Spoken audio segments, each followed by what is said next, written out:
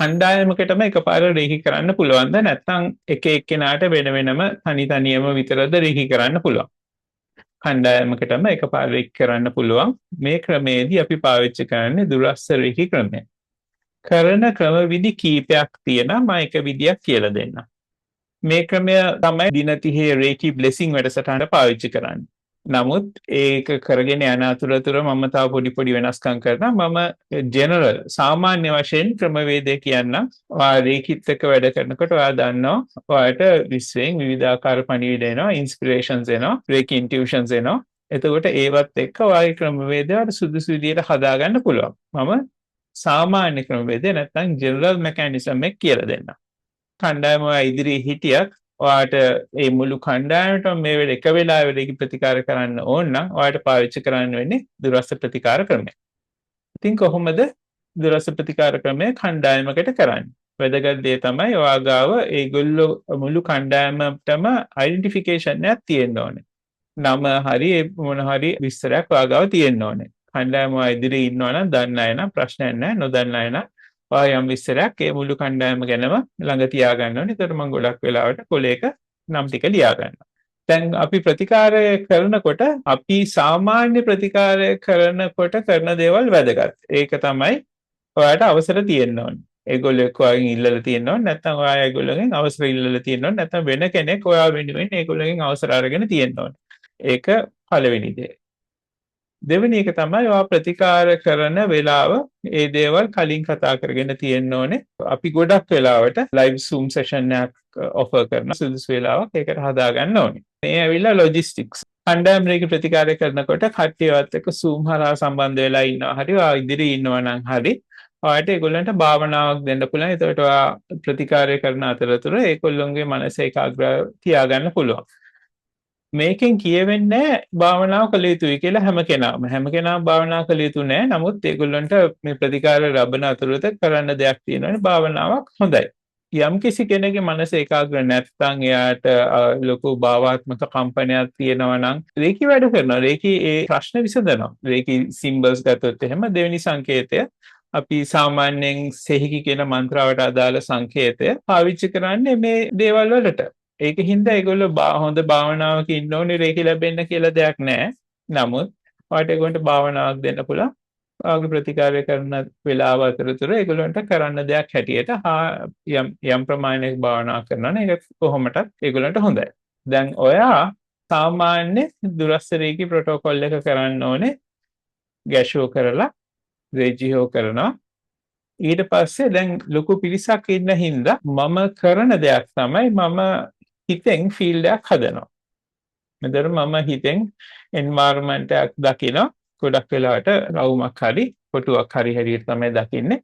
මේකේ පැති හතර මම බලගන්නවා. පළවෙනි සංකේතය චකුරේ කියන මන්ත්‍රාවට අදාළ සංකේතය. එතකොට මේ සංකේතය ඇඳලා පැති හතර බලගන්නවා. ඊට පස්සේ ඉහළ හා පහළ බල ගන්නවා. එතකොට මම මේ රේකී ෆීල්ඩ් එක සෙටප් කරනවා. ඊට පස්සේ මම ප්‍රතිකාර කරනකොට මෙතන ඉන්නව හැටියට දකිනවා. ඒගොල්ලෝ ඉදිරියේ ඉන්නවා නම් ඒගොල්ලෝ එතකොට ඒගොල්ලන්ට කොහොමද මේ ස්පේස් එක වලට බල ගන්න පුළුවන් භෞතික පරිසරය. එහෙම නැත්නම් ඔයා වර්චුවල් පරිසරයක් හදලා ඒක බල ගන්නලා ඒගොල්ලන්ට එතනට එන්න කියන්න පුළුවන්. ඊට පස්සේ මම සාමාන්‍යයෙන් මේ හැමෝටම පළවෙනි සංකේතය චකුරේ මන්ත්‍රාවට අදාළ සංකේතය හැමෝටම ටිකක් ලොකු සංකේතයක් හැටියට හිතෙන් දැකලා ඒ ඔක්කොම ලබා දෙනවා. මෙතන තමයි ඔයාලට රේකී වලින් එන ගයිඩන්ස් එක පාවිච්චි කරන්න වෙන්නේ. මොකද සමහර වෙලාවට මට ගයිඩන්ස් එක එනවා එක එක අයට පොඩි වෙනස්කම් කරන්නයි කියලා. දැන් සමහර අයගේ චක්‍රාස් හතටම දෙවෙනි සංකේතය සෙහිකී වලට අදාළ සංකේතය ලබා දෙන්න කියලා කියනවා. සමහර අයට චකුරේ වලට අදාළ සංකේතය ලබා දෙන්න කියලා කියනවා. ඒකට මම ඒක ලබා දෙනවා. ඊට පස්සේ ගොඩක් වෙලාවට අපේ ගුරුකුලෙන් එන විදිහට අපි තුන්වෙනි සංකේතය අදිනවා. තුන්වෙනි සංකේතය අදින්නේ අපි දැන් දුරස්ත රේඛී ප්‍රතිකාරයක් පටන් ගන්න ලෑස්ති කියන එක. මේක කරන ඉන්නව නැති අය ඉන්නවා. ඒක ප්‍රශ්නයක් නැහැ. එතකොට ඒ සංකේතය ඇඳලා දැන් අපි රේඛී වලට දැනුවත් රේඛී ශක්තියට දැනුවත් කරනවා. අපි දැන් දුරස්ත රේඛී ප්‍රතිකාරයක් කරන්න යන්නේ කියලා. ඊට පස්සේ අපි අත් දෙක අරගෙන ඇවිල්ලා නම් ටික කියනවා මෙ ගාමක ශ්‍රී එහෙම කියලා නම් ටික කියනවා රේකී ලබා දෙන අයට. ඊට පස්සේ රේකී යවනවා. මේ යවන අතරතුර ඔයාට හිතට එන්න පුළුවන් ඔයාගේ ලිස්ට් එකේ අපි නම් කියන්නතු නිකන් අපි කියමු ලිස්ට් එකේ 7 වෙනියට ටිකක් වැඩිපුර රේකියන්න ඕනේ කියලා. ඒතරට ටක් ගාලා පළවෙනි සංකේතයේ චකුරේ වලට අදාළ සංකේතය යවන්න පුළුවන්. දෙවෙනි එක්කෙනාගේ ඉමෝෂනල් බ්ලොක් එකක් තියෙනවා. පපුවට පොඩ්ඩක් පල්ලෙහෙන් කියලා වගේ આવොත් එහෙම ටක් ගාලා සෙහිකි වලට අදාළ සංකේතය ඇඳලා දැන්ට යවන්න පුළුවන්. එහෙම නැත්නම් ඒ මුළු පරිසරයටම රේකී ලබා දෙනවා. හැමෝටම රේකී ලබා දෙනවා. එතකොට මේ ප්‍රතිකාරය ගොඩක් වෙලාවට පැය භාගයක් විනාඩි 45ක් වගේ වෙලාවක් ඔයාලා ලබා දෙන්න පුළුවන්. නමුත් ඊට කලින් රේකී යන එක නතර වුණොත් ඔයාලා ප්‍රතිකාරය නවත්තන්නත් පුළුවන්.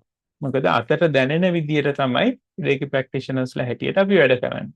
ඒ රේකී ප්‍රතිකාරය ඉවර වෙලා grounding and protection. කකුල හොඳට බිම තියලා බීම් ගැනීමක් කරනවා. ඊට පස්සේ අපේ ගුරුකුලේ එන විදියට අපි නිල් පාට පිරමිඩයක් අපි වටේත් රේකී ලැබපු අය වටේත් දකින ප්‍රොටෙක්ෂන් එක හැටියට. ඉතින් ඕක තමයි සාමාන්‍ය වශයෙන් කරන ප්‍රොටෝකෝල් එක. මේකේ අතරමැදදී තව වෙනස්කම් කරන්න පුළුවන්. පාට ඉන්ස්පිරේෂන්ස් එන විදියට රේකී වලින් ගයිඩන්ස් එන විදියට රේකී ඉන්ටියුෂන් එන විදියට ඔයාලට අතරමැද කරන්නත් පුළුවන්. නැත්නම් මේ ප්‍රොටෝකෝල් එක අරගෙන වෙනස්කම් කරන්නත් පුළුවන්. ඉතින් යමක් ඉගෙන ගන්න ඇති කියලා හිතලා මම ගාමක ශ්‍රී රේකී හා භාවනා ගුරුවරයෙක්.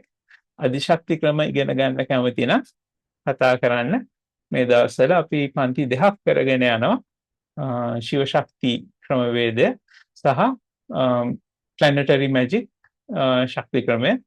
ඉතින් ඒ දෙක ගැන දැනගන්න ඕන නම් මට කතා කරන්න. සතුටින් ඉන්න. ජය ශ්‍රී.